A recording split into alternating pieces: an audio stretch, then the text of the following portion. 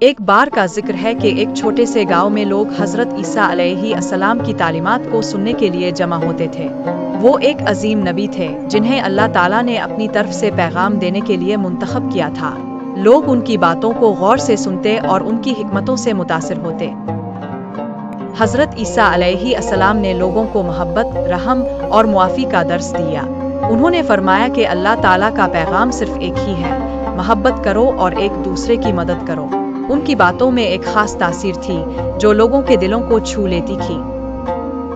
لیکن کچھ لوگ تھے جو ان کی تعلیمات کو نہیں سمجھتے تھے۔ وہ انہیں خدا کا بیٹا سمجھتے تھے، حالانکہ حضرت عیسیٰ علیہ السلام ہمیشہ یہ کہتے تھے کہ وہ صرف اللہ کے رسول ہیں۔ انہوں نے اپنی زندگی میں کبھی بھی یہ دعویٰ نہیں کیا کہ وہ خدا ہیں۔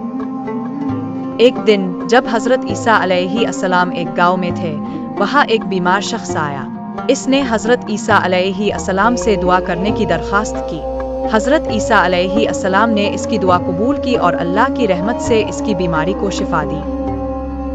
لوگ حیران رہ گئے اور ان کی عظمت کا قائل ہو گئے، لیکن حضرت عیسیٰ علیہ السلام نے ہمیشہ یہ بات واضح کی کہ یہ سب اللہ کی قدرت ہے۔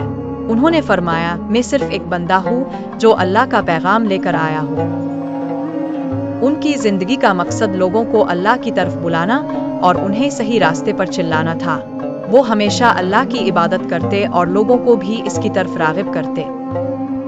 آہستہ آہستہ لوگوں نے سمجھنا شروع کیا کہ حضرت عیسیٰ علیہ السلام ایک عظیم نبی ہے جو اللہ کے منتخب بندے ہیں۔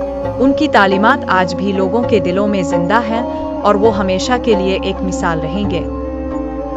یہ کہانی ہمیں یہ سکھاتی ہے کہ ہمیں اللہ کے رسولوں کی عزت کرنی چاہیے اور ان کی تعلیمات کو سمجھنا چاہیے۔